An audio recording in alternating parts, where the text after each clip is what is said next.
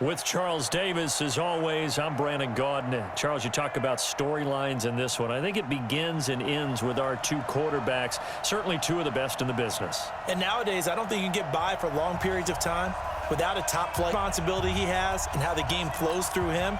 If he's not on the top of his game, your team's not going to benefit at all. Here's the former UCLA Bruin, Kaimi Fairbairn, to get this one started. And off we go in Madden Ultimate Team. Let's go, boys. Let's go.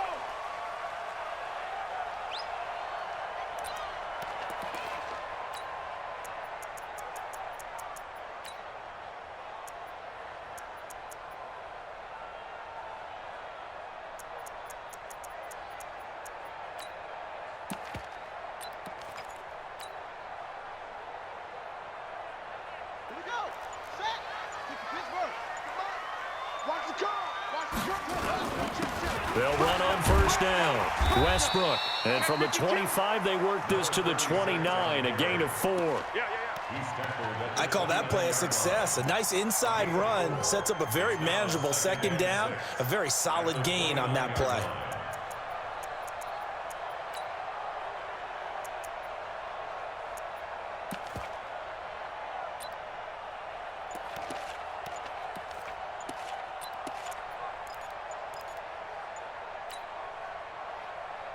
Second and 6, just inside the 30.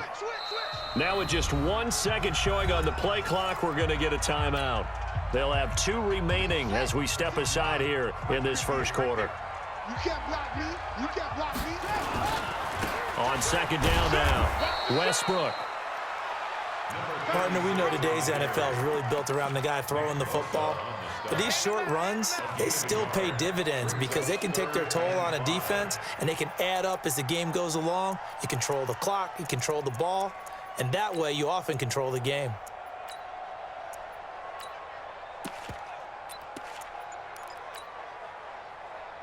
Third play here, this opening drive as they're up against a 3rd and 5. Now a give, right side.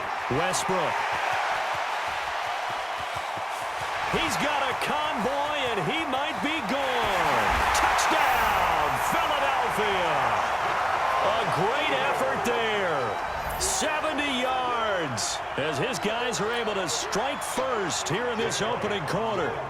And personally, what a start for him to get in the end zone from that distance here on the first drive. And it has the defense tearing up their defensive goals for the game, doesn't it? Because nowadays, when we talk to all the coaches, they don't talk about limiting yards per carry and also play on the ground. Usually, 10, 12-yard runs?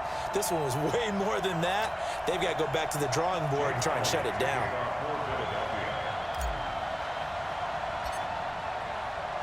Now after the touchdown, here's Elliott on to kick it away. This is fielded a couple yards deep. Solid return, pretty good field position. They'll start at the 32-yard line.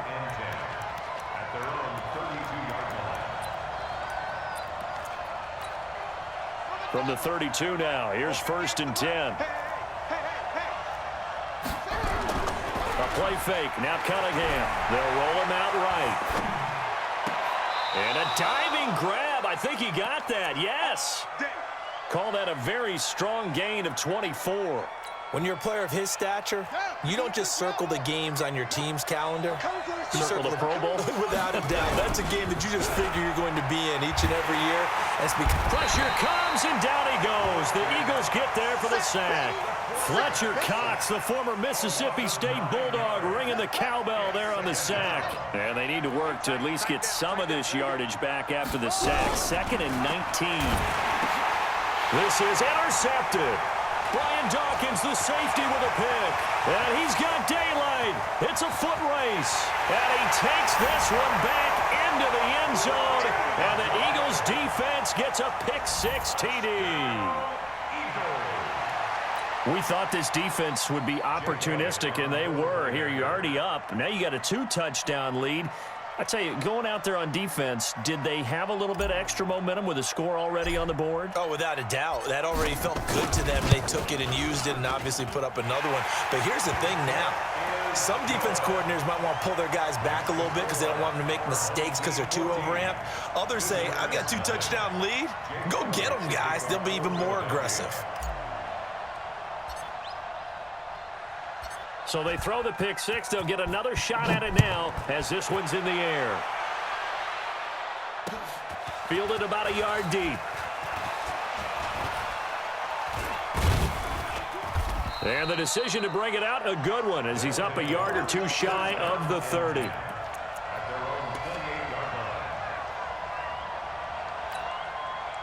The offense back out there at the line, ready for their next drive. Already down 2 touchdowns here in the first half. This becomes a pretty important drive, doesn't it?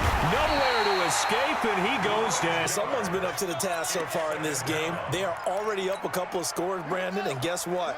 I think they're just going to pin their ears back now and get upfield and get after the quarterback. It's been such an impressive first half to get that lead. And a big loss here as he's taken down. Fletcher Cox picks up his second sack of the afternoon. And that is the 3rd sack this offensive line has allowed this first quarter. Man, that puts him on pace. Let me do the rudimentary math here. To be sacked 12 times in a game, I know he's not going to go for that. I wonder if it's going to reshape what they decide to do on offense in terms of play calling. Well, I can tell you what, when he popped up, shaking his head, frustrated right now behind center. Being chased out left.